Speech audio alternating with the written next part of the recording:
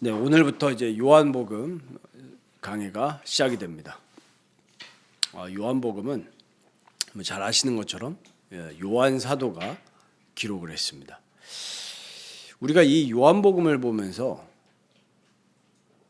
우리 인간 역사에서 끊임없이 나오는 질문들, 여기에 대한 해답이 요한복음에 정확하게 말씀하고 있다는 사실을 오늘 우리는 붙들어야 되겠습니다. 인간 역사에서 끊임없이 나온 질문들이 있습니다. 벌써 인간 역사가 정확한 우리가 숫자는 알 수 없지만 이 벌써 몇천 년 넘었잖아요. 그 사이에 얼마나 많은 학자들이 있었고 지혜자들이 있었고 철학자들이 있었습니까? 정말 이름만 대면 저희가 알 수 있는 그런 철학자들이 많았단 말이에요. 그런데 어김없이 항상 사람들이 하는 질문이 뭐냐면 나는 누구인가? 인간은 대체 뭘까? 인간은 어디서부터 와서 어디로 가는 존재지? 이런 질문은 끊임이 없어요. 끊임없어요. 나름대로 지혜자들, 철학자들이 답을 내놨어요. 인간은 생각하는 존재입니다. 이 얘기를 했는데 막상 그 질문을 하는 사람 입장에서는 마음이 시원하지가 않죠. 왜요? 그게 진짜 답이 아니기 때문에 그래요. 또 사람들이 끊임없이 하는 질문들이 있습니다. 세상은 어디로부터 왔을까? 세상은 누가 만들었지? 이 지구는 어떻게 생겨난 거야? 그러다 보니까 많은 여기에 대해서 의문을 품고 궁금해하는 똑똑한 과학자들이 연구를 했습니다. 지구는 이렇게 해서 만들어진 거예요. 동물은 이렇게 해서 만들어졌습니다. 인간은 이렇게 해서 생겨났습니다. 많은 이론들을 만들어냈습니다. 그러나 그것도 진실을 규명할 수는 없습니다. 왜냐하면 진실이 아니기 때문이죠. 요한복음에서 특히 요한복음 1장은 이 세상의 기원을 얘기하고 있습니다. 그리고 바로 예수님이 창조주 하나님이심을 밝히 드러내고 있습니다. 예수님은 그냥 인간이 아니다. 예수님은 하나님이시다. 예수님의 신성을 드러내고 있고 이 예수님이 우리 모든 것의 생명이고 근원이고 빛이라는 사실을 분명하게 말씀하고 있습니다. 그래서 오늘 1절에 어떻게 시작을 합니까? 태초에 말씀이 계시니라 이렇게 시작을 합니다. 이 요한복음의 특수성이 있어요. 우리가 흔히 마태, 마가, 누가 요한복음을 뭐라고 합니까? 사복음서라고 하죠. 그 중에 공관복음, 마태, 마가, 누가 이 세 권의 책은 공관복음이라고 합니다. 왜 공관복음입니까? 공통된 관점에서 쓰였다는 얘기입니다. 요한복음은 공관복음에 들어가지 않아요. 이 마태복음의 같은 그 경우에는 예수님을 어떻게 표현을 합니까? 다윗의 자손인 것을 얘기를 합니다. 그러면서 유대인의 왕이다. 이걸 얘기하고 있죠. 마가복음 같은 경우에는 그리스도를 여호와의 종, 여호와의 일꾼 이렇게 묘사를 합니다. 누가복음 같은 경우에는 특별히 강조하는 것들이 있습니다. 예수님의 인성을 강조하죠. 그래서 우리 잘 아는 우리 아이들을 양육할 때 부모님들이 좋아하는 구절이 있잖아요. 예수께서 하나님께 사랑스러워가고 지혜와 키가 자라가더라. 예수님의 그런 인성을 강조하죠. 뱃속에서부터의 잉태되는 과정들을 쭉 얘기를 하지 않습니까? 근데 요한복음 같은 경우에는 예수님을 지금 어떻게 이 말씀하고 있습니까? 예수님에 대해서 태초부터 계셨던 하나님이라는 사실을 얘기하고 있습니다. 어마어마한 사실이죠. 사실 우리가 이 1장 본문을 볼 때마다 마음이 매일 그럴 수는 없겠지만 찌릿찌릿해야 돼요. 아까 제가 서두에 말씀드렸던 것처럼 많은 사람들이 나는 누구인가, 세상은 어디서부터 와서 어디로부터 가는가 여기에 대해서 의아해하고 궁금해하는데 요한복음 1장에서 이거를 그냥 밝히 그냥 쫙 드러내고 있는 거예요. 이 세상의 기원이 어디로부터 왔으며 이 세상의 창조자는 누구고 나의 창조자는 누구인가? 근데 왜 우리가 창조주를 만나지 못해서 방황하고 있는가? 이 사실을 1장에서 아주 그냥 딱 드러내고 있단 말이에요. 그래서 믿는 자는 이 1장을 볼 때마다 어느 성경의 챕터든 그러겠지만 특히 1장 같은 경우에는 야 정말 기가 막히다. 태초에 말씀이 계시니라. 이 사실에 우리는 감격을 해야 됩니다. 감격을 해야 돼요. 그렇지 않습니까? 저는 가끔 이렇게 유튜브에서 즐겨 보는 게 뭐냐면 우주에 대한 것들. 그냥 보면은 경이롭잖아요. 근데 그 우주의 창조자가 하나님이라니까요. 우리는 그 하나님을 보면서 경이로움을 넘어서 뭐죠? 경외해야 되잖아요. 이 사실은 1장 말씀을 보면서 우리는 늘 경외심이 들어야 돼요. 자, 그러면 이 요한복음 1장 1절에 얘기하고 있는 이 태초에는 언제냐? 태초에는 천지 창조 시점을 말하는 게 아닙니다. 하나님이 이 세상을 만들기도 전에 우리 알 수가 없어요. 이거를 굳이 알려고 하지 마세요.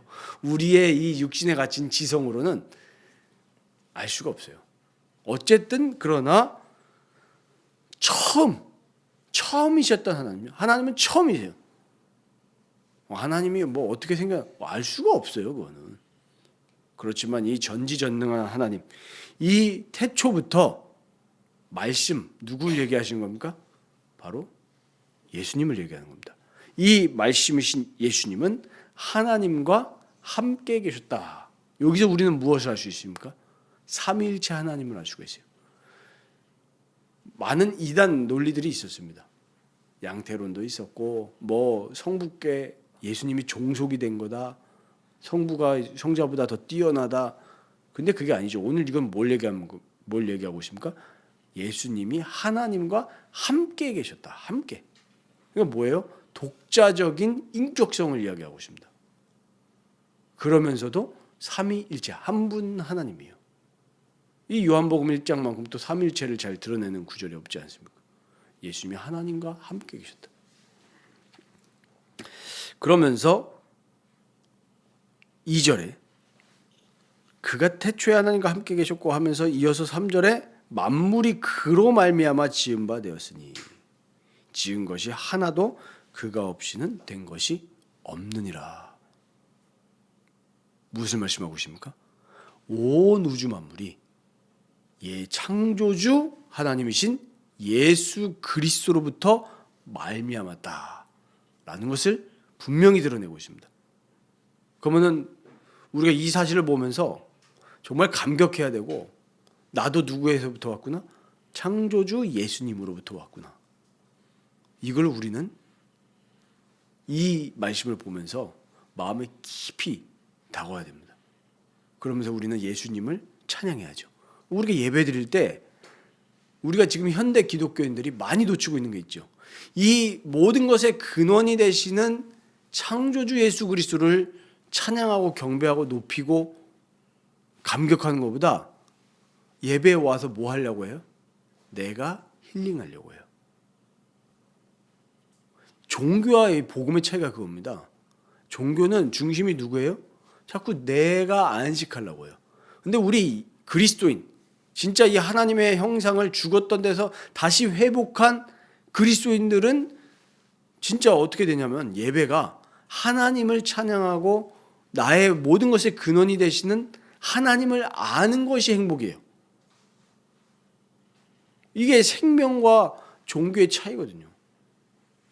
종교는 하나님의 생명을 잃어버린 죄인들이 내가 조금 좀 잘 돼 보려고 발버둥 치는 게 종교입니다. 좀 힐링하고. 그래서 이 시대에 얼마나 많이 오염이 되냐면 찬양도 하나님을 높이는 게 아니라 하나님을 아는 게 아니라 내가 위로받고 싶은 거예요. 엄연한 의미에서 그거는 하나님이 받으시는 찬양이 아닐 겁니다. 이렇게 오늘 1장 3절은 모든 것이 창조주 예수님으로부터 되었다. 이 사실을 말씀하고 있습니다. 우리 1장 4절에 그 안에 생명이 있었다. 예수 그리스도 안에 생명이 있었는데 이 생명은 사람들의 빛이라 이렇게 얘기하고 있습니다. 무엇을 말씀합니까? 이 여기서 말하는 생명은 단순히 우리가 얘기하는 어떤 육신의 생명 아니면 어떤 우리 영혼의 생명 거기에서만 그치는 것이 아니라 모든 것을 아우르는 생명입니다. 예수 그리스도 안에 생명이 있는데 이 생명이 바로 우리 사람들의 빛이라는 거예요. 왜 그렇습니까? 우리 사람은 그리스도로부터 나왔기 때문에 그렇습니다. 그러니까 우리가 예수님을 잃어버렸다는 것은 우리의 모든 것을 잃어버린 것과 똑같아요. 그래서 아까 서두에 말씀드렸던 것처럼 우리가 하나님이신 예수님을 만나지 못한다면 우리는 인생 끝날 때까지 방황의 방황을 연속할 겁니다. 왜냐하면 예수님이 생명이고 빛이시기 때문에요. 그래서 예수님을 온전히 만나지 못한다면 교회에 왔는데도 불구하고 인생은 계속 미로 속에 있는 거예요.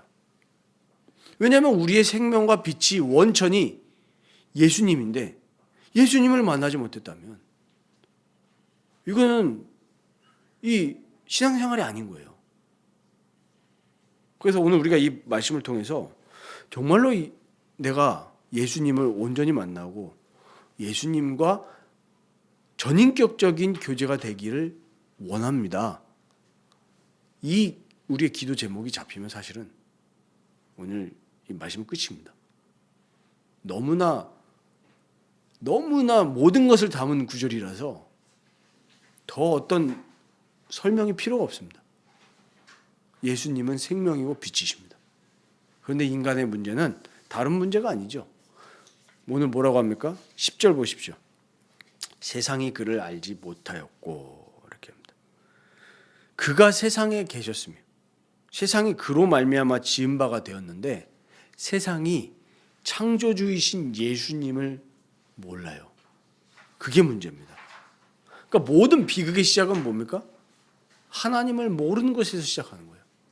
예수님을 모르는 것에서 시작하는 겁니다. 근데 사람들은 착각을 하죠. 내 비극의 시작은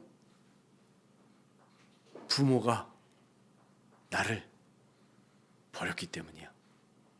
이런 영향들 많이 보지 않았습니까? 모든 비극의 시작은 그 남자와 결혼할 때부터 시작이었어. 모든 비극의 시작은 그 여자랑 결혼했어. 모든 비극의 시작은 저 사람이 대통령이 돼서 비극이 된 거야. 아니면 모든 비극의 시작은 내가 직장에서 잘렸기 때문이야. 이렇게 이야기를 합니다. 뭐 맞을 수는 있겠죠. 겉으로 봤을 때는. 그러나 인간의 모든 비극의 시작은 예수님을 만나지 못했기 때문에 비극이 시작이 된 겁니다. 어떤 사람들이 이렇게 얘기합니다. 목사님, 근데 선천적으로 장애를 가지고 태어난 사람들은 어떻게 봐야 됩니까? 근데 우리가 성경에 의거하면 뭡니까? 모든 비극의 시작은 죄잖아요. 죄. 그럼 우리 인간의 질병이나 장애나 이런 모든 것들도 죄 때문이에요. 그러면 이제 또 혹자들은 이렇게 얘기할 수도 있습니다. 예수님 만나면 장애 문제가 해결됩니까? 될 수도 있고 안 될 수도 있겠죠. 그런데 대부분 선천적인 장애들은 해결이 되지 않습니다. 예수 믿어도. 그러면 예수님 만나는 게 근원이고 생명이고 빛이라면서요. 왜 이렇게 얘기를 합니다. 그런데 우리가 성경을 딱 보면 풀리죠. 분명히 이 땅에서 우리 고린도전서에서 배웠지만 이 땅에서의 이 모든 몸들은 이 세상에서 끝이 나야 돼요. 왜요? 부활해서 새로운 부활의 몸을 입어서 영원토록 하나님으로 기뻐하고 즐거워할 거기 때문에 그렇다면은 풀리지 않습니까? 정말로 장애를 가진 사람이라도 예수님을 만나면 비극이 끝나버리는 거예요. 물론 이 세상에서 육신의 어떤 괴로움들이나 고통이 있을 수 있겠죠. 그러나 예수님을 만남으로 인해서 나의 모든 전인격들이 변화되었기 때문에 장애도 문제가 안 돼요. 예수를 만나면. 그러나 예수님을 만나지 못하면 정말 몸이 성하고 건강하고 정말 멋지고 누구보다 예뻐도 비극이란 말이에요. 왜 그렇죠? 우리 인생의 근원이 되시는 창조주이신 예수님을 못 만났기 때문에 그 인생에는 빛이 없어요. 늘 어둠인 거예요. 그러나 예수님을 만나면 너무 못생기고 너무 정말 세상 사람들이 봐도 다 욕할 정도의 어떤 조건을 가졌다 할지라도 예수님을 만난 자에게는 생명과 빛이 있습니다. 그걸 우리는 봐야 됩니다. 근데 세상은 예수님을 아는 것보다 권력자를 아는 것을 더 좋아해요. 근데 오늘 분명히 하나님 말씀이 얘기합니다. 세상이 그를 알지 못하였고 그게 비극인 거예요. 시편 14편 1절에서 3절에 시편 기자는 이렇게 기록을 해놨습니다. 어리석은 자는 그의 마음에 이르기를 하나님이 없다 하는도다. 어리석은 자들은 마음속에 하나님이라는 존재는 없어. 예수님이 뭐야? 야, 그 뭐 예수님 뭐 죽었다며? 예수님 우리에게 밥 먹여주냐? 이 정도밖에 생각을 못하는 거예요. 그걸 보고 성경은 어리석은 자라고 이야기를 합니다. 그런데 이어서 이렇게 얘기를 합니다. 여호와께서 하늘에서 모든 인생을 굽어 살피신다고 그랬어요. 감찰하시는 거죠. 그러면서 지각이 있어서 하나님을 찾는 자가 있는가 보신다고 하셨습니다. 누가 하나님을 찾을까? 누가 너희를 만드신 나를 찾을까? 이렇게 보시는데 다 치우쳤다 그랬어요. 다 치우쳐서 함께 더러운 자가 되고 선을 행하는 자가 없으니 하나도 없다. 로마서에는 바울이 이렇게 기록을 했죠. 모든 사람이 죄를 범하였다. 의인은 없나니 하나도 없다. 이렇게 얘기를 합니다. 이게 비극인 거예요. 모든 것의 근원이 되시고 우리의 생명의 근원이 되시는 예수님을 모른다? 이것이야말로 비극이죠.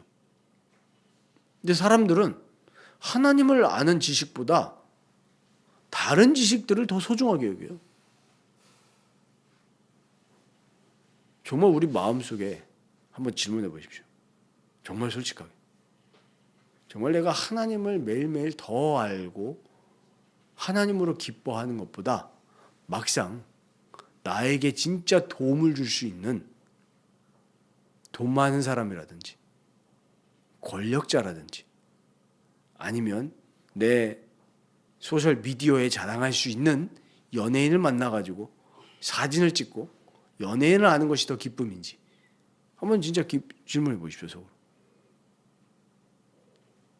나에게 도움을 줄 수 있는 어떤 육아 전문가를 내가 잘 알고 지내는 거랑 아니면 나의 인생의 근원이 되시고 나의 자녀의 근원이 되시는 예수님을 내가 더 알고 예수 그리스도로부터 은혜와 생명을 받기를 원하는지. 오늘 본문 분명히 얘기합니다. 세상이 그를 알지 못해요. 몰라요. 로마서 1장 21절에도 그렇게 얘기를 합니다. 이 사람들의 생각이 허망하여지며 미련한 마음이 어두워졌다. 마음이 어두워진 거예요. 모든 백성이 눈 어두워 하나님을 볼 수 없도다. 찬양 가사에도 있듯이 지금 사람들의 마음이 그렇습니다. 하나님을 알지 못해요. 이렇게 근원이신 하나님을 알지 못하는 인간 역사를 우리는 한번 되돌아볼 필요가 있습니다. 지금도 한번 세상의 역사를 세속사를 보십시오. 소수의 사람들만이 우리 인생의 근원이 되시는 예수님을 높였고 예수님을 찬양했고 예수님을 예배했고 예수님을 전했습니다. 정말로 소수의 사람이에요. 이 세속사를 보시라니까요. 근데 이 세속사가 어떻게 기록되어 있습니까? 영웅들의 역사 아닙니까? 근데 이 영웅들이 예수님을 몰라요. 모르지 않습니까? 모릅니다. 지금 2025년 현재 이 세속사에 있는 지도자들을 보십시오. 세상이 그를 알지 못하였고 이 구절하고 딱 맞습니다. 그러니까 근원이신 이 창조주 예수님을 모르니까 사람들이 자꾸만 여러 가지 시도를 합니다. 바벨탑을 쌓죠. 지금도 보십시오. 이 세상의 문제는 기후 문제가 아닙니다. 이 세상의 문제는 돈의 문제도 아닙니다. 이 세상의 문제는 사실 전염병의 문제도 아니에요. 무슨 문제입니까? 죄입니다. 죄. 뭐가 죄예요? 하나님을 거역하고 하나님을 반역하고 하나님이 필요 없다라고 생각하는 그 죄 문제 아닙니까? 인간의 문제가요. 이 지금 대한민국의 문제가 뭡니까? 하나님을 거부하고 하나님을 사랑하지 않고 다른 걸 사랑하는 거예요. 뭐 대한민국뿐만이겠습니까? 모든 세상이 마찬가지죠. 조금 정도의 차이가 있을 뿐이지. 그런데 사람들은 또 하나님을 찾지 않고 뭘 찾습니까? 우리나라를 위기에서 끄집어내줄 누굴 찾아요? 인간 지도자를 찾습니다. 그게 세속 정부예요. 인류 역사가 그랬어요. 우리 성경에도 보십시오. 이스라엘 백성들이 누굴 찾았어요? 왕을 찾았습니다. 왕을 찾았어요. 근데 하나님은 뭐라고 하셨습니까? 야, 너네 왕 필요 없어. 오히려 그게 너네 발목 잡을 거야. 뭐 하라고 했죠? 하나님을 온전히 예배하라고 했어요. 왜요? 진짜 왕은 하나님이시니까. 우리 인생의 근원이 하나님이라는 거죠. 그래서 사실 세상의 문제는 교회 문제가 맞다고 제가 계속 말씀드렸죠. 보십시오. 사람들이 지도자, 어떤 정부 이런 걸 굉장히 찾습니다. 하나님을 알려고 하는 게 아니라 이런 정부를 굉장히 좋아해요. 정부. 물론 하나님이 이 세속 정부 허락하신 거 보면 우리 나중에 이제 웨스트민스터 신앙고백서에서 배우겠지만 왜 하나님이 교회도 있는데 세속 정부를 세우셨습니까? 질서 때문에 그런 거예요. 질서. 왜? 뭘 깔고 있는 거죠? 사람들이 죄인이라는 걸 깔고 정부를 세우신 거예요. 뭡니까? 최소한의 울타리죠. 그래서 최고 좋은 정부는 뭐냐면은 인간이 죄인이라는 것을 인식하고 통치하는 정부가 그나마 좋은 정부예요. 인간은 선하다 이렇게 생각을 하고 모든 것을 다 이렇게 뭐 규제도 안 하고 허용하지 않는다? 그거야말로 나쁜 정부죠. 그래서 정부는 교회를 뭐 해야 될 의무가 있다고 했죠? 보호해야 될 의무가 있습니다. 그게 인간 세속 정부의 존재 이유예요. 교회가 올바르게 세워지고 하나님을 예배하고 정말 이웃을 사랑하잖아요. 그럼 거의 모든 문제는 해결이 됩니다. 가난한 자 누가 도와야 되는 거죠? 정부가 도와야 됩니까? 누가 도와야 돼요? 교회가 도와야 되는 겁니다. 하나님을 사랑하면서 이웃을 사랑하면 거의 모든 문제가 해결돼요. 근데 사람들이 하나님을 모르고 하나님을 거부하니까 누굴 세운 거예요? 가짜 하나님을 세워둔 거예요. 어디에다가? 내 눈앞에 보이는 데다가. 그게 지도자가 되는 거예요. 정치 지도자. 그래서 정치 지도자들 막 우상 숭배합니다. 사람들이 하나님을 찾는 게 아니라 어떤 좋은 정부가 해결되면 내 인생이 해결된다라고 지금 모든 사람들이 착각하고 있잖아요. 미국 보십시오. 이번에 미국 뉴욕 시장에 누가 당선이 됐습니까? 무슬림이 당선이 됐어요. 근데 미국 이 시민권자가 된 지도 얼마 되지도 않았어요. 근데 보십시오. 정책들 보십시오. 어떤 정책들을 펴냅니까? 이제 본격적으로 시작이 될 겁니다. 동성애, 뭐 우리 흔히 말하는 LGBTQ라고 하는 거 막 쏟아낼 겁니다. 그런데 이제 그때 표심을 얻으려고 뭘 얘기를 하는 겁니까? 야, 뭐 집을 주겠다 말하잖아요. 근데 사람들이 그게 뭐냐면 그게 나쁘다는 게 아닙니다. 사람들의 마음속에 뭘 심어놓는 거예요? 우리 인생의 모든 재물의 공급자, 생명의 공급자가 하나님이라는 걸 인정하게끔 해야 되거든요. 근데 뭘 의지하게 만드는 거죠? 지도자를 의지하게 만들고 정부를 의지하게 만드는 거예요. 그러니까 지금 미국에는 거의 청교도 정신이 사라졌다 봐야죠. 청교도들이 넘어왔을 때 뭐 했습니까? 이 사람들이 지금 먹을 게 있습니까? 집이 있습니까? 뭐가 있어요? 뭐 했어요? 와가지고 하나님께 예배부터 했단 말이에요. 누굴요? 이 세상을 만드시고 나를 만드신 하나님을 예배했단 말이에요. 아무것도 먹을 거 없고 입을 것도 없고 다 없어요. 근데 이제는 뭐가 바뀐 거예요? 굉장히 점잖은 척 하면서 인간이 인간의 문제를 해결할 수 있다라는 사상이 사람들에게 들어가기 시작한 겁니다. 교회는 뭐 해야 돼요? 정말로 하나님을 예배하고 하나님을 경외하고 이웃을 사랑하면 되는 거예요. 그래서 복지 문제는 정부가 해결할 게 아니라 사실은 교회가 하는 겁니다. 정부는 뭐 해야 되는 거예요? 인간이 죄를 지을 때 그거를 막는 역할을 해주는 거예요. 치안. 근데 범죄자가 있으면 뭐 하고요?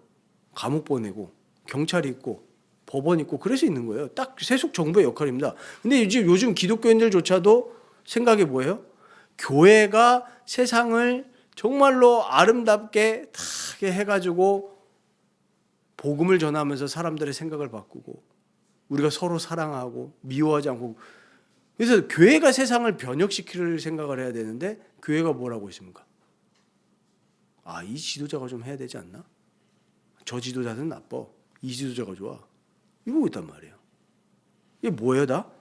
세상이 그를 알지 못하였고, 이 구절이 그대로 지금 이 성립이 된 겁니다. 창조주 예수님을 바라보지 않아요. 우리가 어떤 경제 문제, 질병의 문제 다 마찬가지입니다. 누굴 찾아야 됩니까? 예수님을 찾아야 돼요. 아니 이 세상의 창조자, 내 모든 몸과 마음의 창조자가 예수님인데 우리는 예수님을 찾지 않고 자꾸 사람을 찾아요. 방금 정치 얘기했지만 모든 분야에서도 마찬가지예요.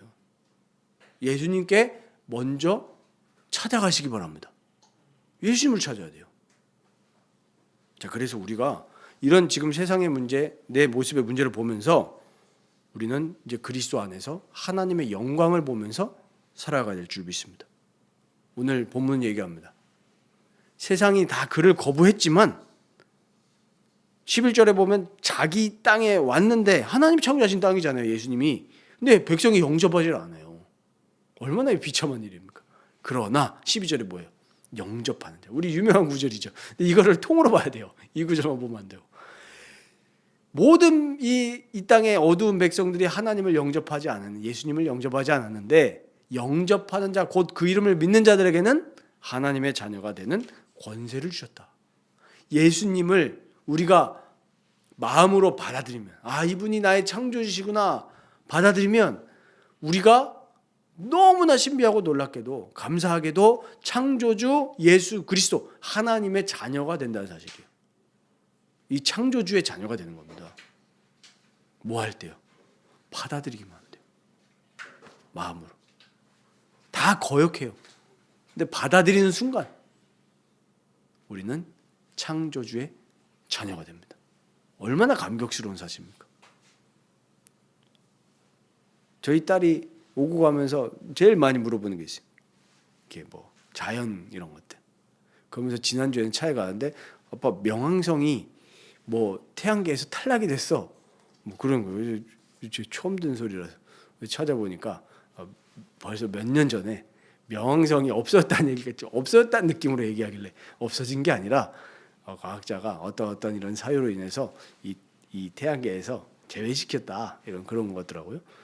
제가 이제 어저께도 우주 영상을 이렇게 쫙 보면서 정말 이 놀라운 우주 만물을 창조하신 예수님이 나의 아버지시다.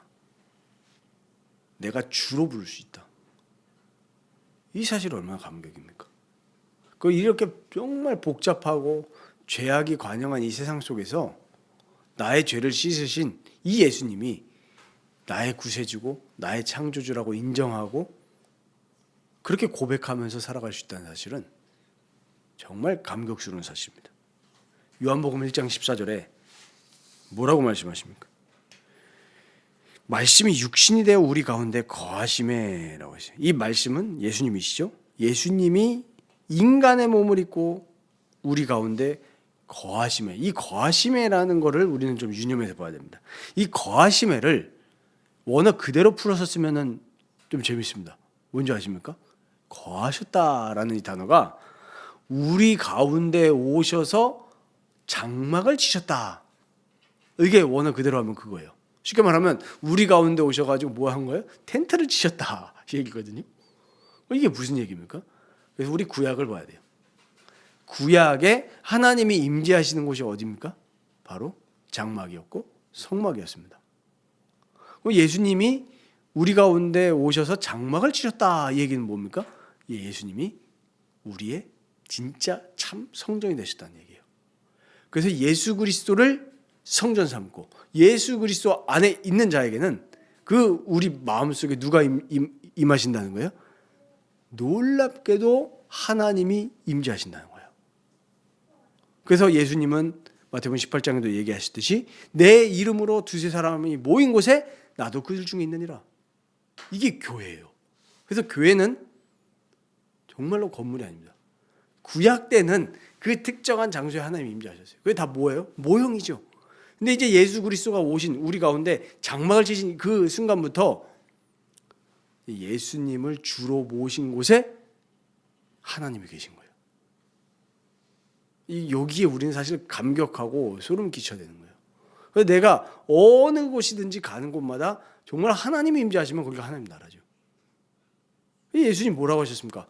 제자들이 묻습니다. 하나님 나라 어디 있습니까?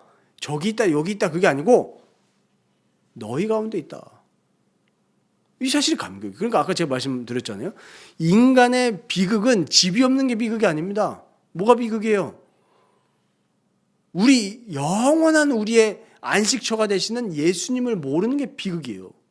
근데 사람들은 지금 뭐 다 어디에 현황되어 있습니까? 내 집 마련. 야, 영향 받으면서 살거든요. 제가 지난번에 말씀드렸잖아요. 중학생도 이제 내 집 마련. 이제 청소년들도요, 경제를 알아야 되는 건 필요합니다. 우리 이 세상 살아가니까. 근데 이제 청소년들도 다 뭐예요? 비트코인, 주식 이러고 있습니다. 예수님을 알아가려는 거에는 관심이 없어요. 그래서 이따가 저희 이제 아이 이제 세례 문답도 하고 교육도 하겠지만 진짜 이 아이들이 어렸을 때부터 예수님을 아는 것이 최고의 복이겠죠. 다른 거 솔직히 잘 몰라도 상관없습니다. 좀 이 세상에서 바보같이 살아도 영원한 세상을 우리가 진짜 안다면 예수님을 진짜 알고 가는 것이 진짜 복이에요. 그러니까 우리가 예수 그리스도 안에서 나의 창조주이신 하나님을 얼마나 경배하고 경외하고 기뻐하면서 살아가느냐. 그것이 우리 인생의 제일 중요한 것입니다. 이 세상에서 죄사함 받지 못하고 예수님 모른다? 영원토록 어떻게 되겠습니까? 끝입니다. 왜 그렇게 우리나라에서 돈이 최고 많던 고 이병철 회장님이 돌아가시 직전에 그런 질문을 했겠어요? 영적인 질문들. 왜 그랬습니까? 본능이에요. 신이 창조를 하셨는데, 하나님 창조하셨는데 세상이 그를 알지 못하니까 한계가 오는 거예요. 한계가.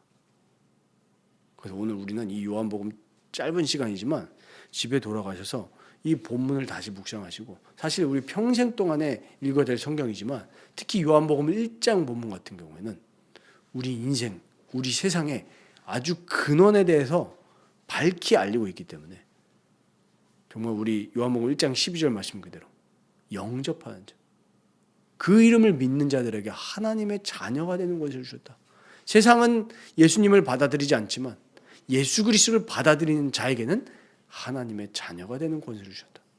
정말 예수님을 찬양하고 예수님을 경배하는 하나님의 자녀들이 되시기를 바랍니다.